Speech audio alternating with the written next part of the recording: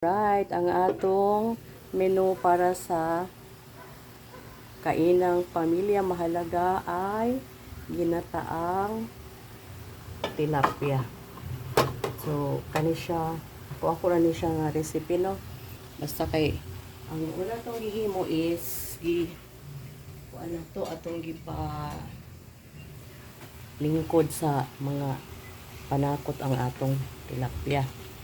Okay? Yeah.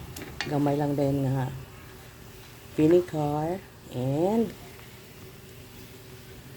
suka o asin o gamay katong para pangpalasa. So, kana siya kay mura naman na siya og na malamala na ayang suka. Yatay i-prepare kayo na kakang gata. Oh, gata. So, in a little while, ato na din siyang ibutan. Simple lang.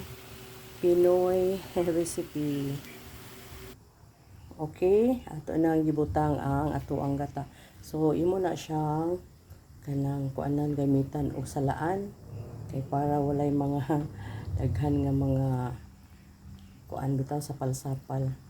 So, pa-simmer na lang na nato. And then, ang taod-taod, pwede na siya haonon. Okay. Okay, naghinay na siya bukal.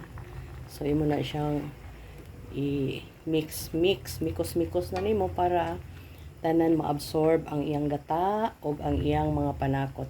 So, ang atong simple atong mga panakot ani, kuan lang. Number 1 ginang luya. Tapos, ahos, sibuyas. O napay mga special ingredients. Pwede rasad nato na siya dugangan. Depende sa inyo. Basta kay basic lang na siya para sa ginataang tilapia. Humok sa din siya. Pwede kayo ni kaunon sa kanang mga gamay na kaayog mga bagang.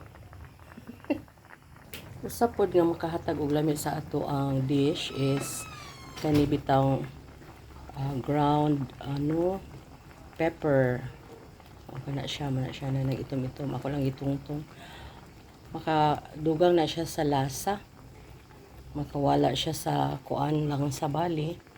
And basta kay makadugang siya sa atong kuan. Kalami sa atong putahe. Hala, magduo naman siguro ni siya malata. So, mo lang to. Ay simmer na to og 2 more minutes para dili malata and kaina na.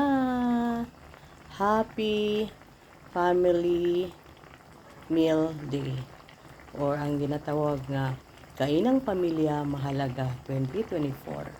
Thank you!